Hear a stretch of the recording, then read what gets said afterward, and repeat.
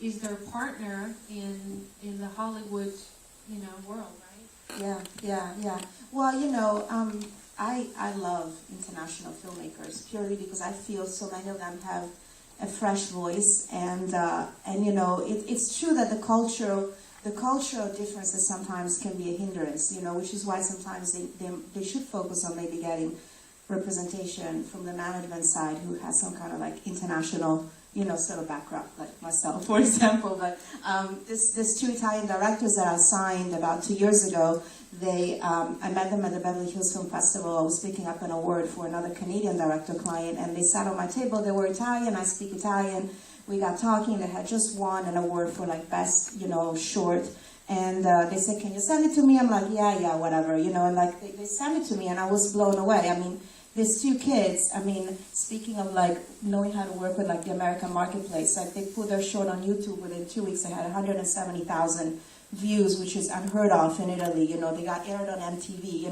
They really knew how to market the product that they had for like the American marketplace. We got the short on iTunes, which again hardly ever happens for an Italian short, and thriller thing. And I signed them on the spot, and now their movie's being made to start shooting, and the remake of the short is extended into a feature with a producer of American Psycho, and it's starting shooting in August. So, there you go. There is a success story somewhere. So this is their first American feature? It's their first American feature, yeah. But they are like the kind of kids who like sit all day on the internet, speaking again about learning how to like the business works, and they will do anything to just get here, and they will like get online and read the trades and do whatever they need to do. So I think that's also a difference, You ask them to do a rewrite, and within 24 hours it's done. So it's interesting. Time is important. Yeah. Right? So Mike, obviously, you had Chronicles. You did Chronicles with Josh Trunk and Act of Valor, which I saw because I have a thing about military. So, these films are especially Act of Valor. They're kind of for a specific niche type of audience, and you made a lot of money in the box office, including Immortals too, right? For example, how did Vlass and Charlie kind of brought the script to you and said, "Here we have, you read it," you said, "Oh, it's awesome, let's make it." Can you tell us a little bit how that happened? On Immortals, well, Charlie and Vlass are these really big Greek-American guys. If you ever met them, they're very talented, and they're actually the reason I'm here today. No, they wrote a script that was a good example of something, I guess, that's public domain. No one has the rights to those types of stories, right? So that's another good example. If you're a writer and you complain, it's like, "Oh, I can't write Harry Potter." Well, maybe you can't write Harry Potter from a script level. You have to write the book first. But these guys, they took the initiative, wrote it, and then we put in Tarsem Singh in to direct, and then we put, I think that was it. I think we just had Tarsem Singh, we had a producer, Mark Canton, and then we had shot the distributors. That's the story. And then they got it. But did you know Vlass and Charlie beforehand, or did they just call you cold? Well, they were kind of unique. They were like one of my first clients, like when I was first year, like 6 years ago.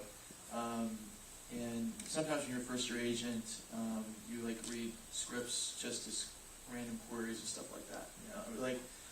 People, send you scripts on, via email and stuff like that. I mean, it's not that often, but I don't really do that stuff as much anymore. But that's why I was a first year agency. You know what I mean? So maybe if I guess the lesson we learned there is if you're a writer, you want to get representation. You target younger agents, target first year agents, something like that, right? Right. Or like maybe assistants, like agents in training, or like people that are a bit more hungry.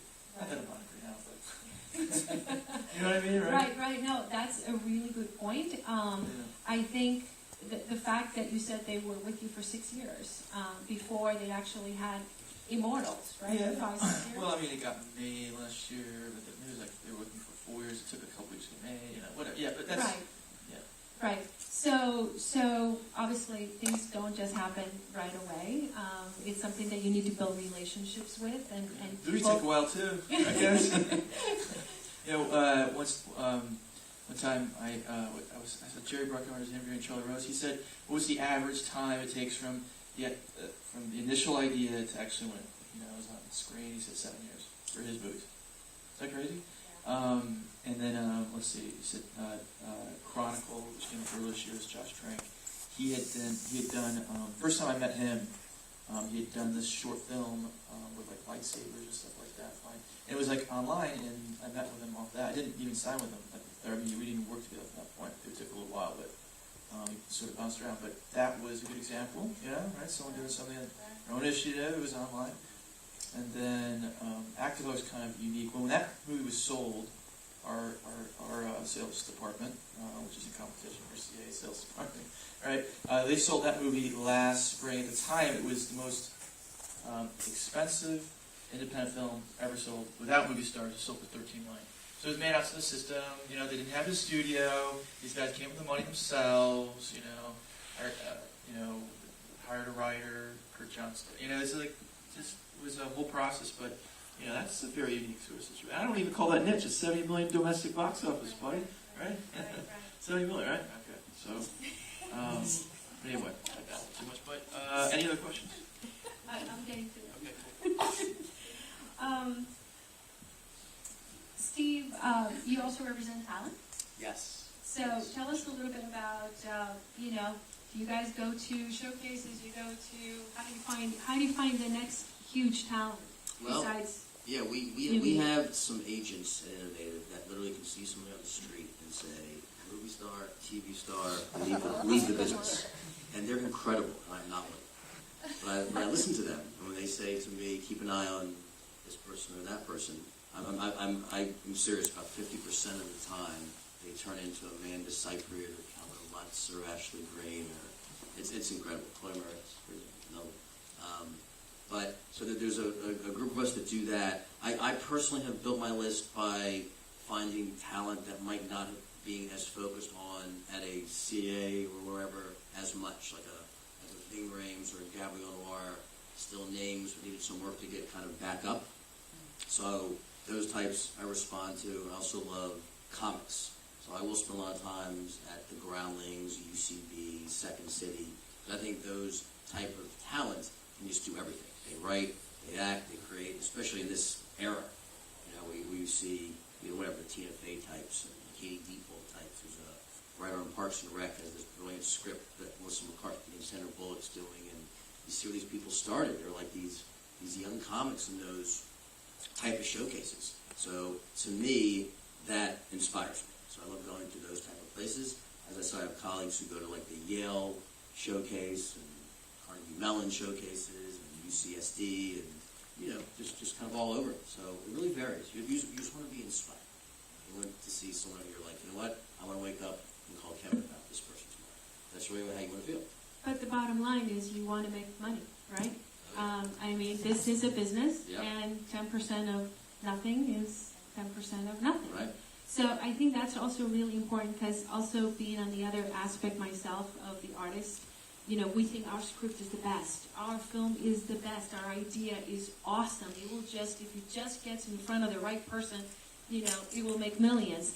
And that's our perspective. That might not necessarily be the perspective of the movie business. Right. So it's really the path you choose, because we have some clients who are just obsessed with doing low-budget indies, and they do that over the years, and they become people like John Hawkes, who was nominated for an Oscar winner's Bone, and now he's something coming out called The Surrogate, and now he's like the guy. You can just feel that by the offers he's getting. And you see like Ryan Gosling did it that way, Jeremy Renner. A lot of these guys just do these low-budget indies, not interested in commercial fare. They have their day. So once again, it's really what I think your passion is, and to find the agent who sees it. And if the money's not there tomorrow, maybe it's there in 5 years.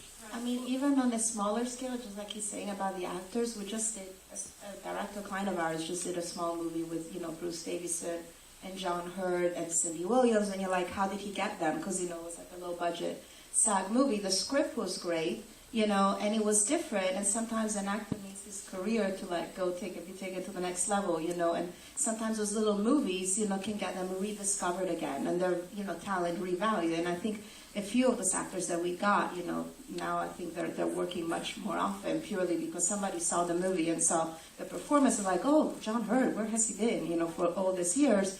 and that was a vehicle for him to show his talent again. So I think a lot of actors want to do that if the agents are open. Sometimes. Great material.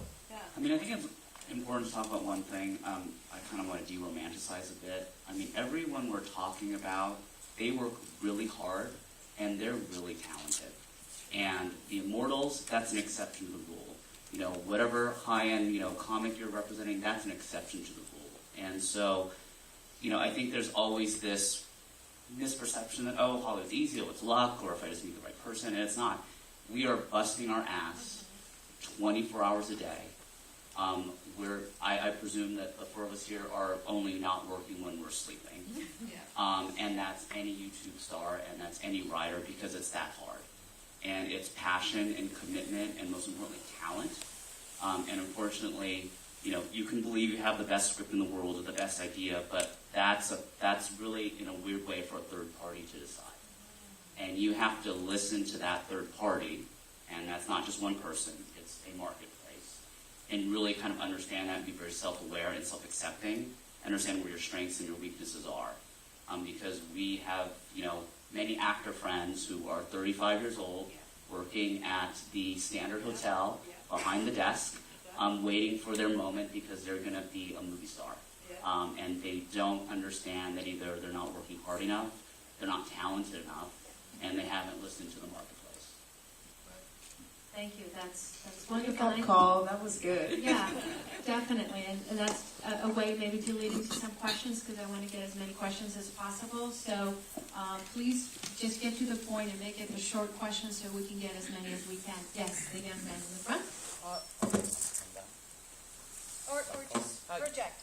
Can you speak about the decadence of the human attention span? Because what most things with entertainment, the first thing that you do when you go on YouTube is you look at the bar and see how long it is. And unfortunately, that's how it is with a lot of things. We see on TV, we see how long the project is. And is that affecting the way how we format movies? Because we want to see things quicker, faster, and not as long. You're talking about for consumption, watching a movie, or for yourself as a performer to get your Like, it is scene shown? with all the technology, with YouTube and everything being on the computer, we tend to do a lot more things while we're watching it as opposed to like the old tradition of watching it on TV.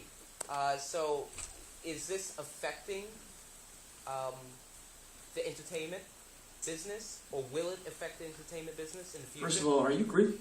Sure. Yeah. Just check. I'm fucking with you. Sorry. Second of all, to answer your question, it's a great question. I mean, you're right. Everyone's debating about that stuff, man. It's like, you know, Google YouTube, and everyone wants to play short stuff. And, you know, I was just talking to Kevin about this movie, which we renamed this on screen right before that, and I was telling him it's too long. It's a comedy. It was over 2 hours. No one watches comedies over 2 hours. You know? And I was literally telling him, I was like, I gotta cut down. I don't know what they're gonna do, man.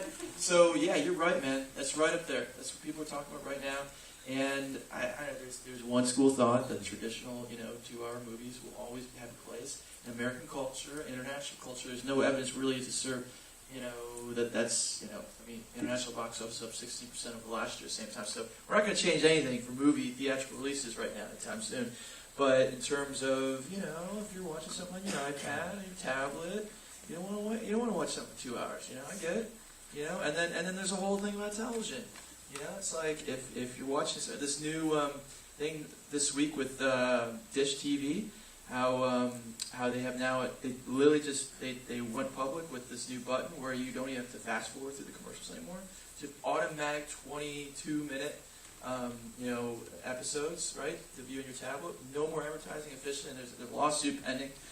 But you know, it's different. Everything's changed, man. Well, I wanted to say from the international marketplace, funny story, but an Italian distributor I saw with in Cannes, he were talking about the script, and he says, why do I care about the scripts? Because kids are going to go see this. They're going to be texting, they're going to be on Facebook, they're going to be, you know, telling their friends. He says, just have some fun scenes in it that is going to like get their attention to just look into the screen, because most of the time they're not even going to look into the screen. And unfortunately, it's the Italians who say that, so they're actually up to speed with what is going on. They're like, who cares about the script and what people say. You know, just have interesting scenes, and then there won't be texting or Facebooking at the movies. Right, but I think also we shouldn't take away with the fact that really good stories and really solid scripts do find their way also. It might not be from the ages of 18 to, 25, but, they do, so. Yes, sir, with the A quick question, just to build on that. When you guys started, what was the average, like you had to read a lot of scripts before you started delegating them to readers and stuff. Right now, are people reading, whether you've got an insight to get a script read at an agent like William Morris or whoever? My wife's an agent in Canada, but not literary. How many scripts as a guy like you, Mike or Kevin, when you were there, how many were you reading a week to deliberate? It's like someone would say, you have to read this. How many times would that happen in a 7-day period? I remember in the early 2000s, friends that were VPs at Fox and stuff were telling me they were taking 20, 25 screenplays home a weekend. They wouldn't read all 25 to the end, but give me an idea of how much are the executives reading here these days? If you're a young agent, you're probably reading, 25 scripts a week, 20 scripts a week, and like you said, reading. I mean, it's not reading, it's evaluating. So, if you're a young writer, my advice, and you guys might agree, disagree, write your sample. That's what you need to write. What's so unique and different that is going to compel me to want to get to page 120 of your screenplay. It doesn't have to necessarily be a movie that is makeable, but write the sample that says you're talented and you're a writer. Because, 1 out of, 10,000 screenplays are going to get made that ever get sold, and, it's a terrible statistic. But as a writer, if you want to be a working writer, the first thing I would say is write your sample, because that's going to showcase your art. Like I said, it may or may not be a makeable film, but if it gets in Mike's hands or Steve's hands or any agent at UTA or CA or whatever, and it's unique enough, as we referenced earlier, that's what will get you attention.